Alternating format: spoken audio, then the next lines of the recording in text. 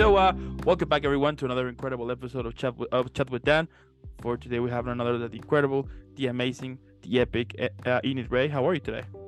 Oh, I'm great. Thank you. That's a very generous introduction. Absolutely, absolutely. Tell me, how's your day treating you? How's everything for you? It's really good. I'm on the lower mainland up in Vancouver, so it is very snowy. We're in the middle of a BC winter storm. That's cool. So it's we've got our summer furniture in the back patio, which now looks like an armchair because there's so much snow on it. Wow, It's like yeah, it's pretty fun. that's We incredible. love the snow here. We don't get it often, so it's a treat for me because I grew up in the prairies. Mm. I grew up in Manitoba. So this just takes me right back home. But for a lot of drivers out here, they don't like it. Yeah, absolutely. Yeah, I come with my winter tires and my Sorels, so I'm good. there you go. There you go. I love it. That's it. That's super cool.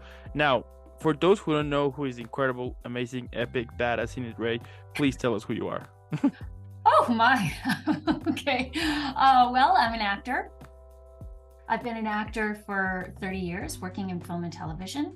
I also write. I'm writing a screenplay, and I serve on our union's executive board. So up in BC, well, in Canada, the Union for Performers in Media is ACTRA, and in BC, it's UBCP ACTRA. So I'm serving my second term, and it's just a way to advocate for fellow performers. And last term, I launched and was the chair of our union's mental health and addiction committee. And this term, I serve as the chair of the women's committee. So I'm speaking as an individual today, not on behalf of the union, but that stuff keeps me busy. And I have 2 kids and a dog and a husband and lots of snow and snow boots. That's fantastic. I mean, now everyone knows why she's badass. There you go. Busy. I love it. Now let's go back in time here for a little bit and tell me, where does this passion for like for the art itself started? Well, when I was a kid, I was born to a teenage mom, and she would go on to raise 3 kids by herself. And she was a single parent, and she was an actor in community theater. And as I'm sure you can imagine, times were very lean for us. We grew up very poor, but she insisted for herself on carving out a way to express herself artistically. So she belonged to this community theater group called Prairie Players, which was a small troupe in Portage La Prairie that met at a theater at an airport base just outside of my city, my little hometown. And my mom would take my brother and I to rehearsals, and we would watch her on stage, and that was it for me. I resonated so strongly with that. My brother played hockey, and I was a dancer as a kid. I did, I participated in the music and arts festivals. There was always an artistic outlet for me. And it was that's really where it came from for me. That's fantastic. And what were some of the challenges that you had when you were recently making those first steps on your acting career? When I was first starting out? Mm-hmm. Well, I think the biggest challenge was the one I gave myself. I didn't want to be an actor. I tried very hard not to be an actor when I graduated high school, because I didn't think it was a responsible choice. And I still don't. I still don't think it's a responsible choice. But when you're called to do something, and that is your purpose, it's very hard to deny that and feel centered in your experience. So for a long time, I went to university for a year, and I was taking a general arts courses in order to become a teacher, because that was my choice. I had phenomenal teachers growing up, and they were also very inspiring. And I particularly in grade 12, Mr. Pahura, my English teacher, I thought, well, this is what I want to do. I want to teach kids in high school about Shakespeare and literature. So I almost made it, but I just couldn't buckle down in university. I just could not commit.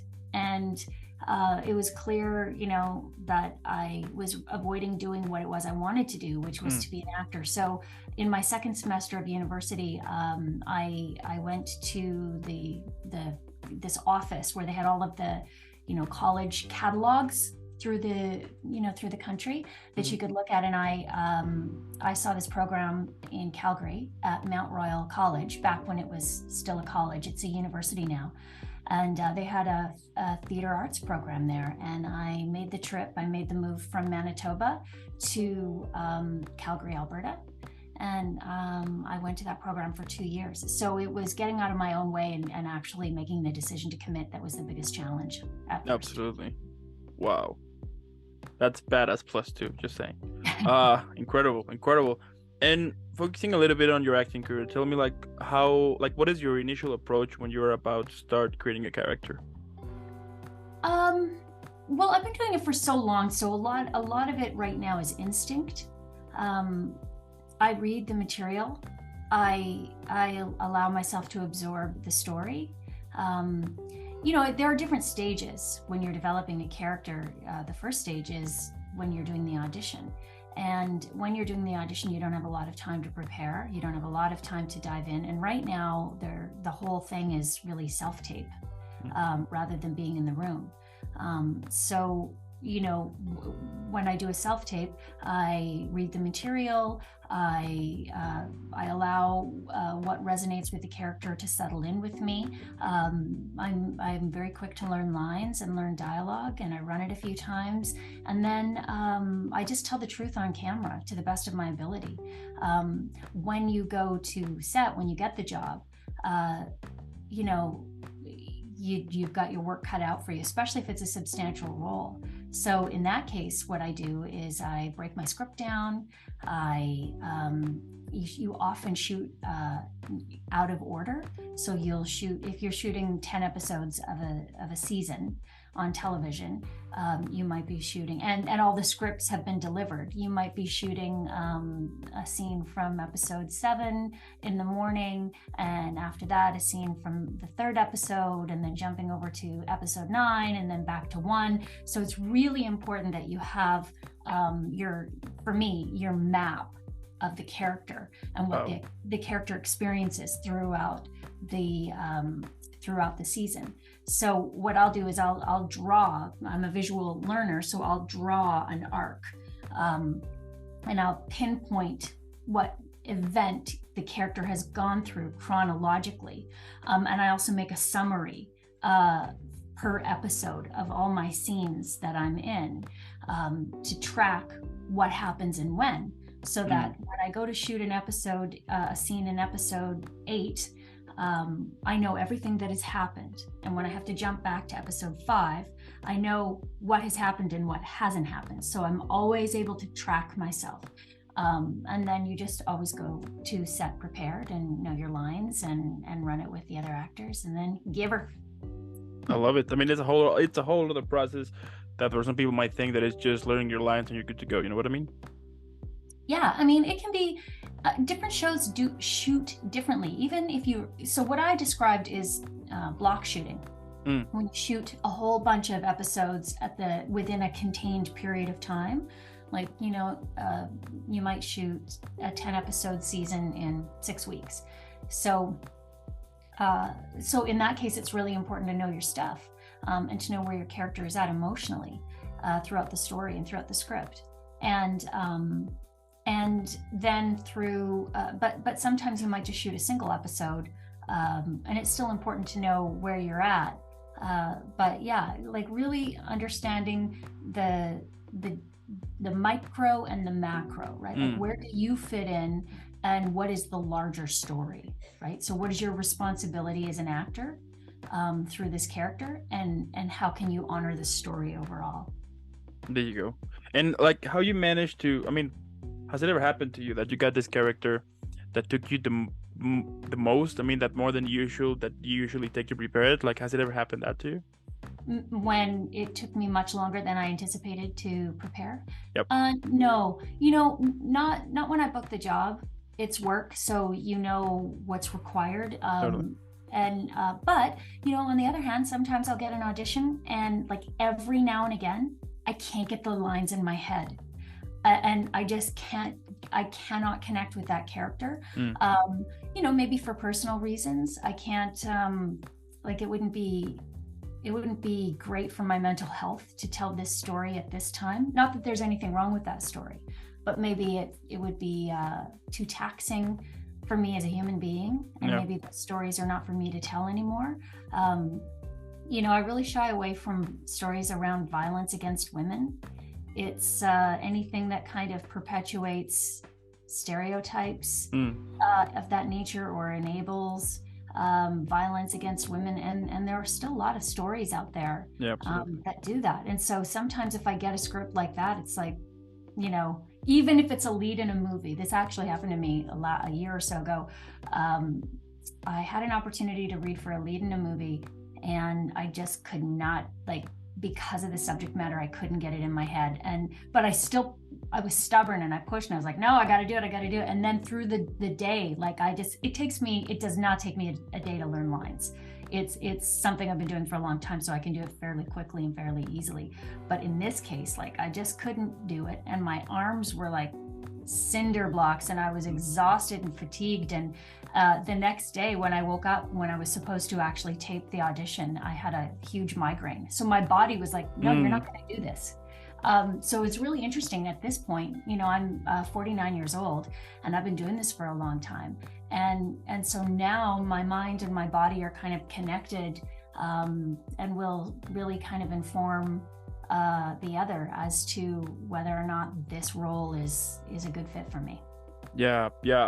I find very interesting that sometimes whenever you are forcing yourself to do something that you don't want to, your body instantly start to kind of enter let's say safe mode, which basically trying to prevent you from doing it, and it's a constant battle. So I can understand that. Yeah, absolutely. Yeah, and your body is smart. Totally. Yeah. Now that you mentioned auditions, tell me, what has been some of the worst auditions you ever had? Well, I don't know if I've had really terrible auditions. In my younger days, if I couldn't nail it, I would feel awful, and that sucked. But I always go in prepared. I can say that, I wouldn't say that the self-taping situation lately is the worst, but it's not conducive to connection, and it's very isolating. So I'm not enjoying that part of the work anymore. Because I'm not able to connect with my colleagues. I'm not able to connect with a reader, who is an actor. I'm not able to connect with casting director and get redirect in the moment. So it can be really really fatiguing, and it is very difficult to keep the joy going in this new climate. Absolutely. And let's say that one day I call you and I tell you that I want to become an actor. Now I don't have zero experience, totally. So what advice would you give to me, or even to somebody else as well, who has zero experience, that it's on his 30s and wants to start this journey of acting? I would recommend classes. I would recommend studying. I'm not a teacher, so ironically, I did want to become a teacher, but I'm not an acting teacher. I think there are some fantastic acting teachers, and they're able to really, help new actors understand the work, and that would be the first step. Okay. And as an actor, back in the day, how you managed the whole rejection part? Because from most of the actors that I have interviewed, most of them will tell me that kind of the hardest part at first is to trying to get tough skin and understand that if you're being rejected, it's not personally, just because it's not what they want. So my point here is that nobody likes being rejected, right? So what advice could you give to me as well once I start to face all of those those challenges or rejections as well? It's interesting when casting works well. What they're doing is they're putting together a puzzle, and you take your work in there to see if your work is the piece of the puzzle that they're looking for. And where that can be a bit daunting or maybe complex is that you're not just taking your work on paper, you're taking your work in your body, with your voice, your face, Yeah. and that's how your work shows up. Your artistry shows up through your container. And so when you're so deeply connected and immersed in the work in that way, it's very personal. So I understand why it feels like rejection. But I think once I got to a point where I understood that it wasn't about me,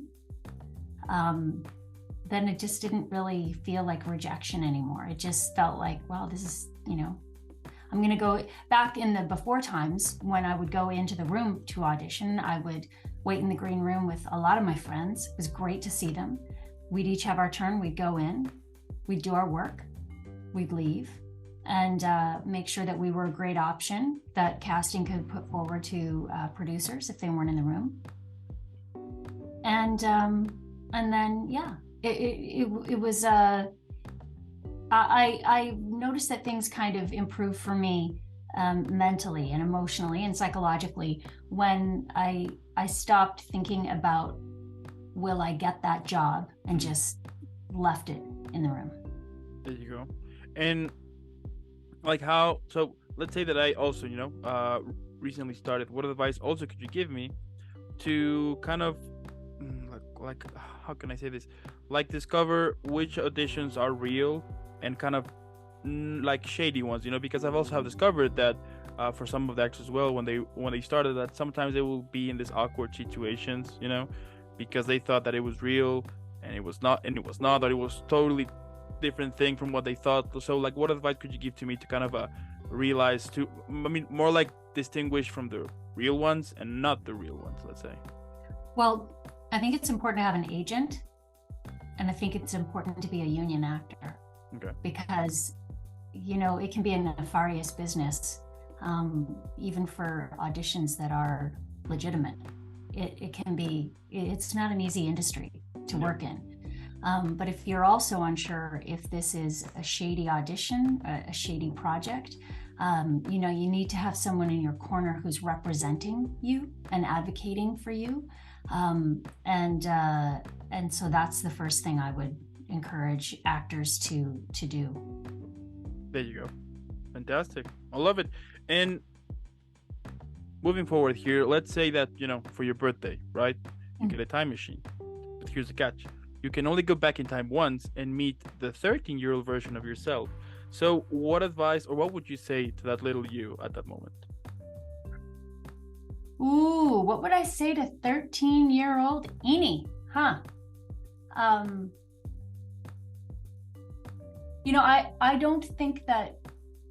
I don't think we can hear as young people the advice of older generations. Do you know? I mean, do you remember being that age? Yeah, oh yeah. Would you have taken anything in that an older version would have said? No, you have to live your life and make your mistakes and find your way. So if I went back in time,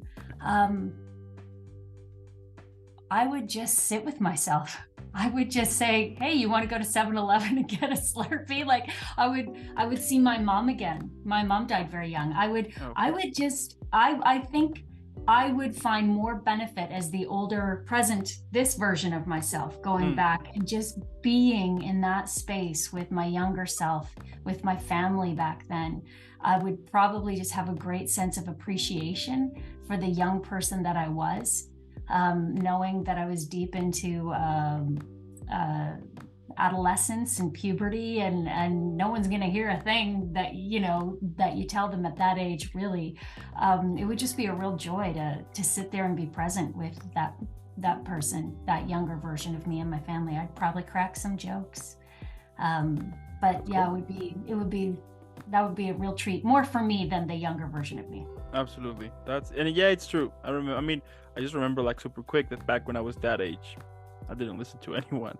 Which, like later on, you'll be like, I should have listened to this instead of doing that. But I think at the same time, that's part of life, You need to, learn, discover. So, can understand that. Yeah, absolutely. And, let's say Netflix, HBO Max, Disney, you name it.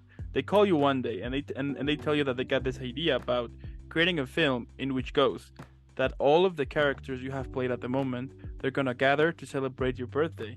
But that film needs a name. So how would you call it? Smorgasbord. Buffet pants. I love it. That's incredible. So we're talking that it's kind of a comedy, right? Like comedy, you know, here and there. Yeah. I love it. Yeah. And there's got to be food. I want to eat on screen. I want to eat all the time. I want to eat. There's got to be, great meal. There you go. There should be a caper. Shenanigans ensue. Okay, so we're talking this huge banquet, basically. Yeah. There you go. Yeah. There you go. I love it. What about describing your whole career, but on a drink? Ooh. What that drink would have, and how would you call it? Oh, jeez, I don't know if it sounds appetizing, but the first thing that came to my mind was eggnog Slurpee. I can't even begin to imagine what that means, Dan. I'm concerned. Interesting. If my career were a drink, I want to say fig martini. You got a little sweetness, you got a little kick, and it's smooth. If you have too much of it, if you have too much of it, you're going to be feeling rough around the edges the next day. So, Absolutely. Perspective is good. I like it. Now I want to have a fig martini. Yeah. And like, how would you call it? Let's say that I go to a bar and I want to order that fig martini, but that is basically your career. You know what I mean? Like, how do I call that drink? Oh, geez.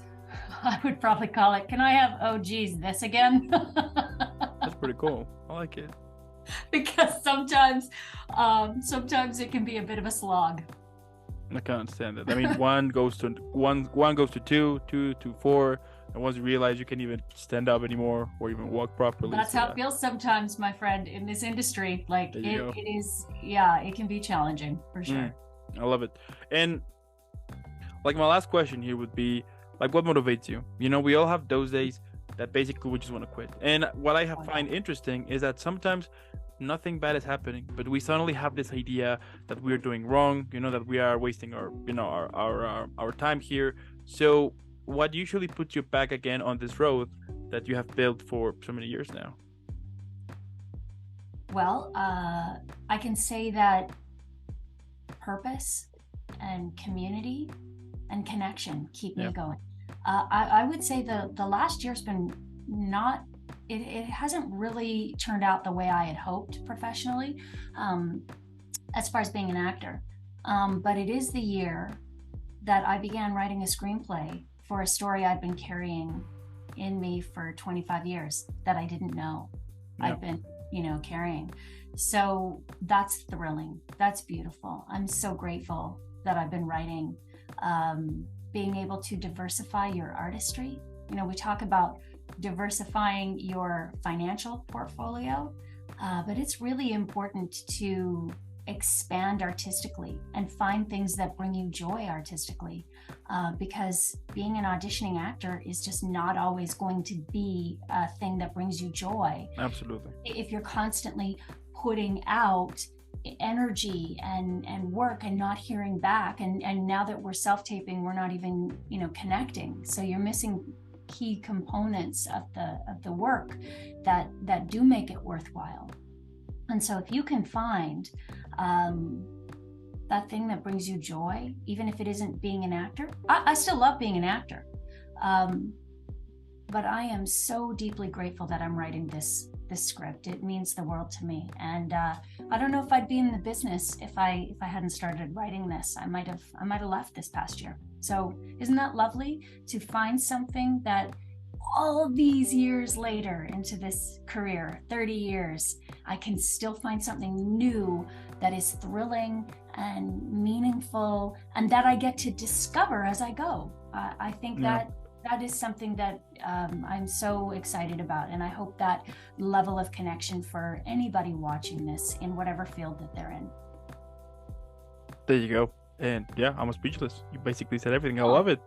That's fantastic. Now, before moving on here, you mentioned that you had a couple of questions. Oh, yeah. Well, where did your interest in acting come from?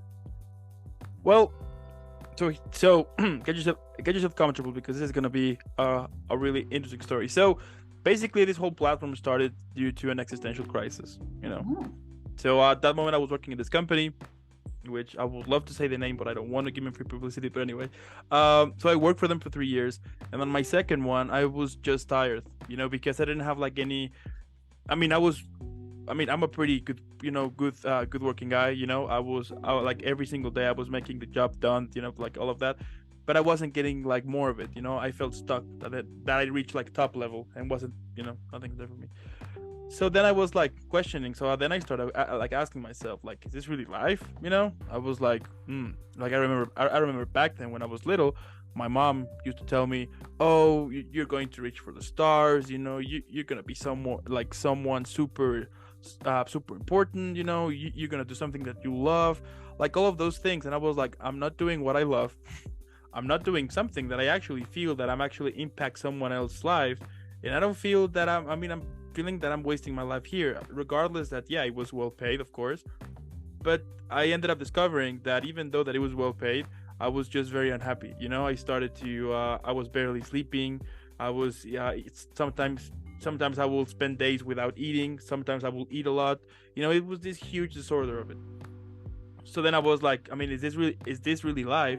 Then no wonder why so many people commit suicide, because it's depressing, it's horrible, because like how many of my coworkers here, I was like, how many of them have dreams, but they're not doing it, because they want something stable. So I was like, this is crazy. There has to be something around her. So well, what happened then? It was time passed, and then one day I saw this guy on YouTube that he interviews actors, but specifically actors who do voiceover or motion capture for video games. So I saw one of his interviews. Everybody was happy, laughs, jokes here and there, and I got super jealous, and I was like, oh, I want to do that. But the next question was, okay, how am I going to do it? Because beside that, this guy also has also we have the same name. If I do the exact same thing as he does, it's gonna look like the 2.0, and it's not gonna be original, and it's not gonna be me. So I was like, I need to find something different. So again, time passed, and then on my third year working on that company, suddenly something clicked there, and I was like, wait a minute, like, what about actors? Like, I don't think that Tom Cruise works in a 9 to 5 Monday to Friday, and then on the weekends he will only focus on recording the next Mission Impossible, and then the next week we'll have to work on a 9 to 5. I don't think he'd do that. Or I was like what about athletes, or photographers, screenwriters, writers, directors, like all of those people who are following something that they love and they manage to create something of it, which is amazing. So that's when it clicked, and I was like, oh, I think I have a topic now in which I can add to my to my platform, which is like the thing that I do. So I started like to pitch like the whole idea. The cool thing about it is that in terms of equipment, when the whole COVID started, at that moment, well, I'm a DJ, but it turned out more like a hobby, like more like my personal thing that I do. So back then I had the idea to do live stream. So I have tripods, lamps, cables, all of that. So then I stopped doing it, and then when the podcast, when this whole idea happened, I was like, I don't need to buy equipment. I have everything now. So let's go. So then I started to to be like, okay, how am I gonna do it? Like, how am I going to like approach to actors? So my first thought was like, I'm just gonna send them messages. Where? Oh, yeah. On Instagram, and we'll see what happens. So I wrote a couple, because I was like, okay, this one needs to be good, So I remember that I wrote it, and I was like, no, it looks horrible. Next one. So after a couple of tries, finally I got the right one, and I sent it to a few actors that I'm a huge fan of, and I was like, I remember that when I sent the messages to them, I was like, I mean, come on, they're not gonna reply, I mean, at that moment I was like, I had like 0 interviews, so I was like, it's not gonna happen. I mean, come on. But I'm just still gonna send them so I can say I did it. So I sent them the messages, and that happened on a Monday. I think like the first week of June. So I sent the message on a Monday, right? And then that very same day, I had an argument with my supervisor from that job that I had. Mm-hmm. A huge argument. So because I was sick of it. So then on Friday, they called me to go to the office because I was doing like the whole home office, like home office stuff. So they called me to go to the office and they fired me. So at that moment, I was super pissed, and as I'm walking out the building, cursing at them, of course, I received a message from one of these actors that I sent before, and she was like, "I love the idea. Let's make it happen." And that basically clicked in my head, and I was like, "Okay, we have a podcast now." So that first interview, let me tell you, it was the most thrilling, amazing, scary. Yeah, it was epic. I mean, I remember that day. I still remember it like it was, just like a few hours ago, that I was Right. sweating. I was like mixing up words. I couldn't say one word properly. I mean, I was shaking because it was like the first thing, and to be honest, because I'm a fan of this actress, I was like trying to look professional, but at the same time, since I didn't study anything about journalism or anything, just a regular guy, I was like, what the hell am I doing? But anyway, after we do it, then she asked me like, do you want to do it like as a career, or just as a hobby and just for fun, let's say. And I was like, no, you know what, I want to do it as a career. And then she was like, good. And then the best advice I can give to you is there's going to be sacrifices. I mean, there's going to be moments in which you're not going to be able to be with friends, family, or even time for yourself, time for sleep or to watch a movie or something, because you need to work on your craft. If you're fine with that, go for it.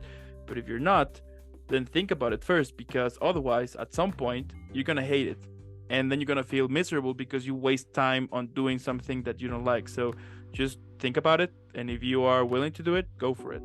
And I was like, you know what, I will do it, because I'm the type of person that when someone tells me think about it if you do it or not, whenever they are saying that, I'm already jumping to be like, we'll see what happens.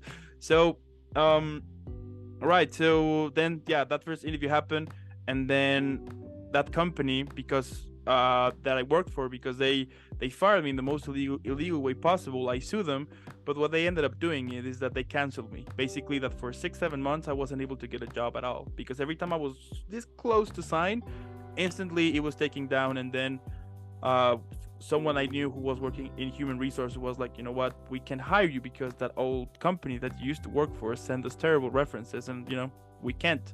So during those 6-7 months, at the first of during those months, I was constantly working on the podcast, making 3 episodes daily, 4 episodes, 12 episodes daily, because I was with the idea that basically I had 2 options. One, I can just stay home and feeling miserable, or 2, I can work on this podcast, kind of distract myself from all of this situation, which was horrible, and actually use that energy and that time into something better, and that's when I was having like 12, 14 interviews per day, which, let me tell you, that it was crazy. I'm never gonna do that again. But yeah, I mean, it was whole part of the process. And then later on, I was lucky enough. I mean, that too, with that company later, we went into agreement. Everything was solved. Case closed. Cool. I found like another temporary job, which is the one that pays the bills now. Everything is much better now. But now I was like, okay, so now everything is much better now. Now it's time to continue doing it, because what I ended up discovering in some way is that during that time, I was depressed. I'll be honest. I was huge depressed because, having I had to sell stuff. I had to do like small jobs here and there to kind of get a little bit of income so I can, have food. And because I live with 3 dogs, it was, either I will eat or my dogs will eat, like things like that. So it was crazy. So in some way, all of those stories from those people that I've interviewed, or like from all of those actors, and I've been saying that before, that somehow they kind of saved my life for not entering into that stage, because, as I said, the fact that I didn't have any income or anything, it was exhausting, and it was really depressing. But to hearing their stories, like some of them were really deep, and whenever they were telling me about it, I was like, if he or she could do it, then I could do it too. Then that means that there's actually hope of it. So that's why I keep doing it every time, because like every now and then, whenever I have like this thought that I want to quit, I instantly remember someone that I've interviewed and be like, it's if they could do it, I could do it too. And also once every now and then, whenever I think that I want to quit, it happened once. So I got this idea, like, you know what, I'm tired, I'm done, I want to quit, this is too much. And then I interviewed this actress, and then I was like, you know what, this is the last interview I will do. After that, I'm done. And I did an interview, and then after that, she was like, you have no idea how much I needed that, because for a second I thought that what I was doing, nobody cared, and the fact that you send the message actually means something to me, because it means that someone cares, and I love it. And that basically broke me, and I was like, okay, I need to continue doing this. Yeah, this is really cool. So yeah, I think what you're really describing, that first of all, thank you for telling me that. yeah. I think what you're describing there is connection. It's so important to have human connection. And we're coming out of a time that has just been very difficult for a lot of reasons. We all had to buckle down and do what we needed to do to get us Totally. through a very dangerous health crisis. And it just kind of makes you appreciate people and connection and time and purpose and how you value your time and what you want to do with it. It's and now you've interviewed so many people. Yeah, it's incredible. I mean, people from all over the world. I mean, China, Portugal, England, Scotland, Germany, what else? Well, the US, of course, Canada, Mexico, Argentina, Colombia. Yeah, from all over the world, which is really cool. And as I said, I mean, the fact that, and I started to find that pretty interesting, that whenever I will speak with someone, I mean, first of all, we don't know anything about each other, right? Mm-hmm. We probably, we're from different countries, different cultures, different, like totally different everything. But what started got my attention was when it was the time of talking about motivation, and like what motivates, like what made you start, like all of those things. Then we found like some common ground, and then from that point to the next, from that point to start the conversation, then I discovered that at the end of the day, what they're doing is really cool, because they could do they could get like a regular 9 to 5, but the fact that they're like, no, I want to do this, and they're pursuing it, and regardless of how difficult the situation might be, they're still doing it. I mean that takes guts, basically, and that is really cool. And I think that sometimes we, the audience, might judge an actor inappropriately, because at the end of the day, we're all humans, and actors are humans too. They cry, they laugh, they get angry, just as everyone else. So, and that's like another thing that I ended up discovering, the fact that that they keep pursuing it regardless of how difficult the situation might be, or if they are in a very dark moment in their personal life. But when it's time to perform, they put that away and they give us their best performance, besides being professional. That takes a lot of courage too. So that is something that I ended up being like, that basically actors are kind of the superheroes of this thing that we call life, basically. Aw, that's Absolutely. very kind. That's Absolutely. very kind. Well, it's been a joy talking to you, and I really Absolutely. appreciate that you reached out, and I'm very thankful to be a part of your new gig, your new connecting with people. Absolutely. And I also want to thank those who watch this video. Thank you so much. If you're either watching it, listening in on Spotify or Apple Podcast or on YouTube, make sure, first of all, make sure to leave a like, subscribe, follow, leave a comment. Let me know what you think about this incredible, amazing, badass person I'm speaking right now, because she's incredible. And also, since this video is over, I'm going to leave in the description below the social media to Enid-Raye. Let's make her viral. # Team Enid-Raye, because she's amazing. She's incredible. And again, thank you so much for making this happen. Have an incredible upcoming Christmas, New Year.